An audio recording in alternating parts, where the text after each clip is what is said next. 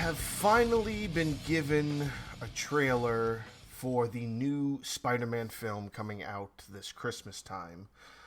Spider-Man No Way Home dropped its official teaser trailer yesterday, and it's been a while since I've spoken about anything Marvel related because, the last thing I think was Loki, and we're kind of waiting for Shang-Chi. We just had Black Widow, and that was a year worth of anticipation right there. So even with the highly anticipated third film in the Spider-Man series that Marvel is creating, which I do believe I've read that this was meant to be the last one, it's still kind of following what seems to be the same theme as what they're kind of building Phase 4 around. And I've spoken about this in Loki and in WandaVision, and I think a little bit in the Black Widow entry as well. And mostly, they're really trying to build up the multiverse. And I think they're doing that because they have all of these rights now with the purchase of Fox and the deal with Sony Studios. They have the ability to do these characters, as we've seen a lot of the teasing that they've been doing in the film, when it comes to the end film dropping not just a Dr. Octopus full-fledged image, here's Dr. Octopus talking to Peter, but it's also, the laugh and one of the bombs from the Green Goblin, and then some people are making some other connections, and let's just talk about that really quick. So, there's obviously a couple of scenes where there's some lightning. A lot of people are connecting that to Electro, and that's in somehow connecting to the Andrew Garfield Spider-Man, who, by the way, is one of my favorite Spider-Man. I think out of all three of them, Garfield had kind of the best foot forward in what was a true to, comic life almost Spider-Man in a way. Or at least true to how I was raised on Spider-Man, which came from the animated series. And even that was, dumbed down for children. But I think he played the role as perfect as you can get it. I don't think Tom Holland is perfect. I think he has his flaws, especially with the fact that they are taking their own liberties with that story in and of itself. They don't have the obvious Uncle Ben backstory. They don't have the Gwen Stacy story. Instead, they had it connected where his first girlfriend was the daughter of the Vulture. And they've taken their liberties to kind of make sense in the universe that they're building. But now that they're introducing the multiverse, they're introducing the fact that this Spider-Man just happened to exist on this plane. Now, when you start messing with that, you start messing with the idea of incorporating so many other things that you can do down the line, and it really opens up this world where anything can be done.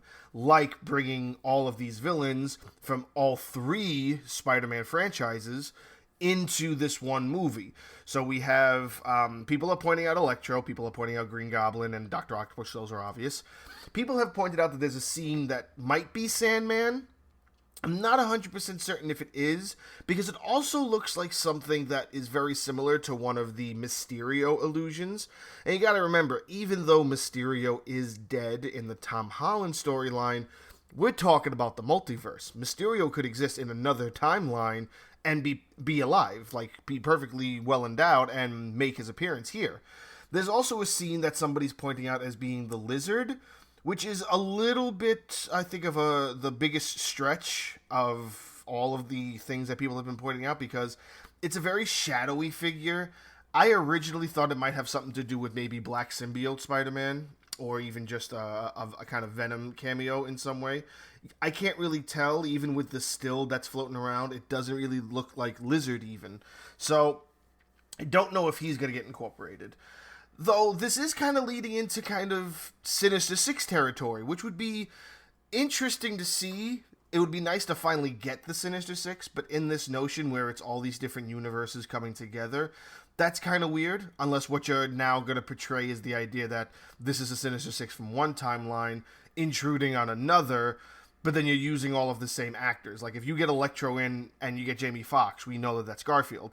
And you already have the same actor playing Dr. Octopus, who he looks fantastic, by the way, but it's a completely different universe and a completely different Spider-Man. So are these universes now crossing over with each other, or do they now exist in a completely separate universe from the two they originate from, and they just so happen to be played by the same person? Like, that's a little bit of the line that's being told right now, is like, it is a teaser and it doesn't explain enough, and we're not going to know until the actual movie comes out.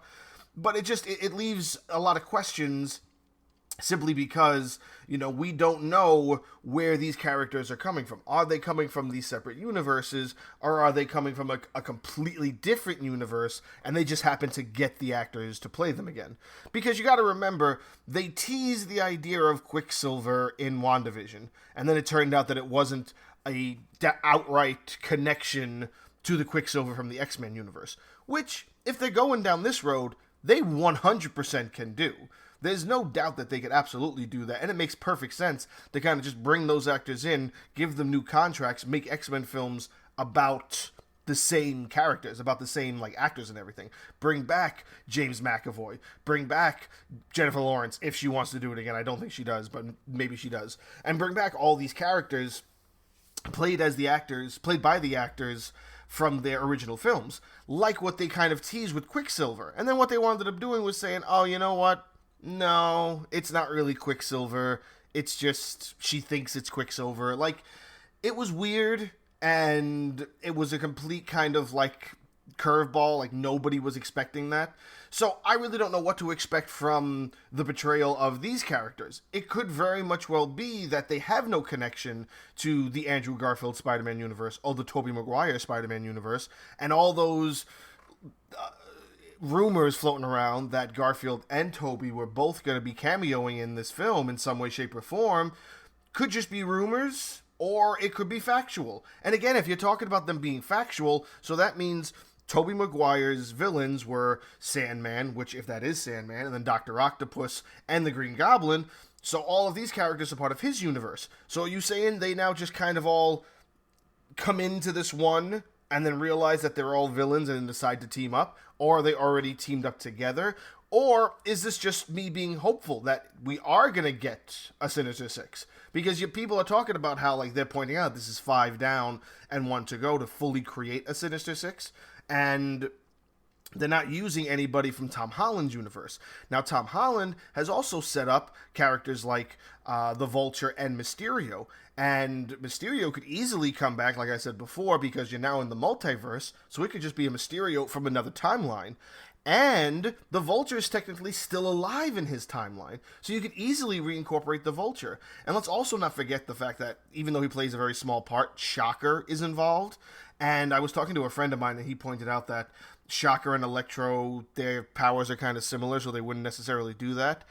And I agree, although Shocker's kind of a brute, and, you could easily have him kind of ground level in a way, kind of doing some hand-to-hand stuff where you can't have everybody else. Everybody else would be big CGI fights, but Shocker could be a kind of the one moment where he's hand-to-hand fighting, but maybe they incorporate him, maybe they won't. But then you also have in the Andrew Garfield series, they introduced Rhino. So you could easily see Paul Giamatti reprise his role as the Rhino and have him come in and put Rhino in the Sinister Six. The Sinister Six isn't a solid these 6 villains. It's always been a different set of villains. And even when you have that different set of villains, you can still have different Spider-Man that also, Into the Spider-Verse taught us that. When you have, Spider-Man Noir, who Nicolas Cage was hilarious as. Then you have Spider-Woman with Gwen Stacy. Then you have Spider-Pig. Then you have Japanese Spider-Man. And then you have Miles Morales Spider-Man and another universe Peter Parker Spider-Man. So if you're saying that this is going to be some kind of multiverse, then that also opens the ideas of also multiverse Spider-Man being the cameos of Andrew Garfield and Tobey Maguire. However, I would also throw in there the idea of Gwen Stacy making an appearance and having that kind of be this triangle of a storyline where you have Emma Stone reprising her role as Gwen Stacy, but from another universe as Spider-Woman. And then Andrew Garfield seeing her and going, oh, wow, that's, he's the first one to kind of incorporate a major Gwen Stacy storyline. So that would be an interesting aspect as well. I do know that, again, having a conversation with a friend of mine about this, I do know that when Marvel kind of brings people in, there's kind of this idea that, oh, maybe they're going to lead them into something else. But that's not always true. Black Widow and Hawkeye have been involved since the beginning, and they're just now getting solo acts. You could involve Gwen Stacy and the Spider-Woman concept just for this film and not do anything moving forward. Just like bringing in, Tobey Maguire and Andrew Garfield. It doesn't mean they're going to get new Spider-Man films. You're just incorporating them because it makes sense for the story. And from what I know, almost every Sinister Six story that involves the multiverse usually involves more than one Spider-Man. And it could easily be something similar to, say, the animated series back in the 90s, when they incorporated the multiverse, or the Spider-Verse, I should say, because the Spider-Verse is somehow separate from the multiverse in some way, shape, or form. I remember there being 6 completely different Spider-Men as well. You had the Spider-Man that was made out of all metal. You had, like, Doc Ock Spider-Man, who was basically Peter Parker with the Dr. Octopus legs kind of sewn into his waist or whatever. Then you had Scarlet Spider-Man, who was not even Peter Parker, a completely different character. I forget his name off the top of my head, but he's probably one of the most unique-looking Spider-Man as well. Then you had Man Spider, who was basically Peter Parker with six arms, and when he got too out of control, he turned into a giant spider-like creature. Like, you never saw anything outside of that from the show. And again, talking about an animated show where they didn't have these ideas, but we're also talking about Marvel, who would do something like that, who would give us these teases and never give us anything in return. And that really is portrayed with concepts like Quicksilver. Like, Quicksilver is a huge red flag when it comes to them bringing things over for one iteration, but not fully going all the way with what we're expecting it to be. So it could easily be that they just got the same actor to play Dr. Octopus, and he has nothing to do with Tobey Maguire, and it's just going to be Tom Holland Spider-Man versus this Sinister Six. And I gotta say, just kind of leading a little bit more back towards what the trailer gives us in and of itself, I am a bit annoyed with what they are portraying Doctor Strange as. Like, this is meant to be the kind of sorcerer supreme and the all-powerful wizard who's in control of the time stone and basically didn't even, like, kill the big bad in his film. He kind of just bewildered him to the point of annoyance where the guy gave up and just went home with his tail between his legs. Like, we're talking about, like, a character who played a major role in Endgame, who had such a successful first film that even people who weren't Doctor Strange fans or knew who that character was fell in love with him within the first film. And now you're portraying him as this guy that's, like, just throwing spells around willy-nilly and just perfectly okay with just being careless with the magic that he has power over. And he's trying to do this spell, and he's the Sorcerer Supreme, but he fucks it up because Peter's talking to him too much. Like, that portrayal is just kind of, like, downgrading to the character of Doctor Strange for me. And maybe it's, like, something that's kind of Endgame related. I'm kind of giving it, like, the benefit of the doubt and thinking, in his mind, this is something that has to happen. Kind of how Endgame, basically everybody had to die in order for them to win. So maybe he feels that this kind of chaos has to happen because it is what is meant to happen in order to get to the outcome that we want. But I can't really say that for sure. I'm just going off of that based on me not wanting Doctor Strange to be this dumb or be portrayed as being this negligent with his powers and with the magic that he has control over. And there really isn't a lot of context to give you that, and it just leads us down these paths of thought. Like, is Doctor Strange being this careless? Is this actually a setup that's something that has to be done because he already knows it has to be done? Who knows? We won't know until the film comes out. But this portrayal really does put a bad taste in my mouth for the Doctor Strange character. I do know that Multiverse of Madness is still in process, and this could easily connect to that in some way, shape, or form. And I do know Wanda is meant to come back for that film as well, in some way, shape, or form. And basically, what it looks like is that this is what it's going to be. The multiverse is going to be the huge storyline that they're going to use with Phase 4 and Phase 5 at least. And I don't know if what role Shang-Chi's going to play in that, but I am looking forward to that film. And that's coming out in a couple of weeks. Actually, no, pretty soon, actually. It's the 24th. So, I think it's the 4th that Shang-Chi comes out. Yeah, so that's like next week. All right, not bad. So I'm looking forward to seeing that and seeing what that kind of brings to the table as well. I know he's probably not going to have anything to do with this multiverse thing that they're building, but they're introducing him because they need these characters, just like they're introducing the Eternals. Even though I'm not 100% looking forward to the Eternals, it is nice to see them kind of going down this line where they're introducing things that have kind of existed already. But the multiverse just opens up so many doors. And I know people are saying that this is meant to lead to Kang the Conqueror, and if that's what they're doing, I'm okay with that. I think it's full gung-ho ahead. Don't, do, don't like break all your, what's the phrase I'm trying to think of? Don't count all of your chickens before they hatch or whatever. Like, yes, we're going to get Kang the Conqueror, and yes, we're going to get incorporated of all these characters that we've been looking forward to, such as Fantastic Four, which could also have something to do with the multiverse, or it could just be something that they're introducing now.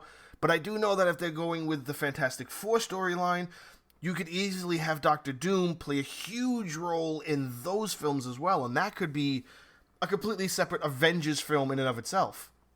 And the one thing they haven't introduced between Phase 4 and Phase 5 is another Avengers film. Maybe they're going to lean towards that at some point, maybe they're not, but that would be like nice to hear something about another Avengers film.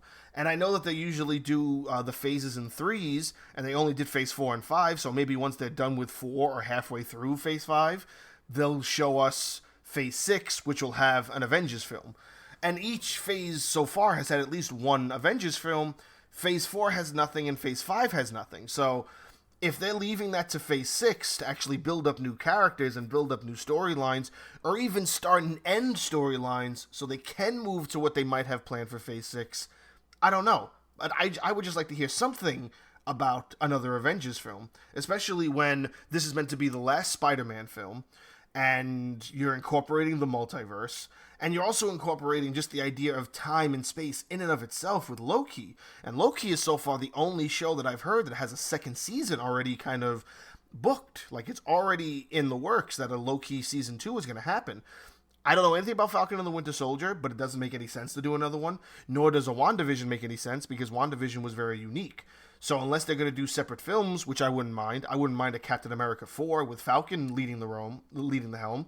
I wouldn't mind, a Scarlet Witch film, or even just the idea of the shows that we have moving forward. You've got Miss Marvel and She-Hulk and the Hawkeye show, which is meant to kind of see him pass the mantle over to Kate Bishop. So you're setting up this area where we're going to have these new characters take up the mantle of what the old characters gave us. And when you went from having 6 members of the Avengers to 9 members of the Avengers to this army of members of the Avengers, we have to see them come back. We have to see them in some way, shape, or form come back. And it's kind of upsetting to think that possibly Spider-Man isn't going to be involved in that. And I know that Thor has a 4th film coming out, so maybe he's signed on for more. Maybe we'll see Thor again. I don't know.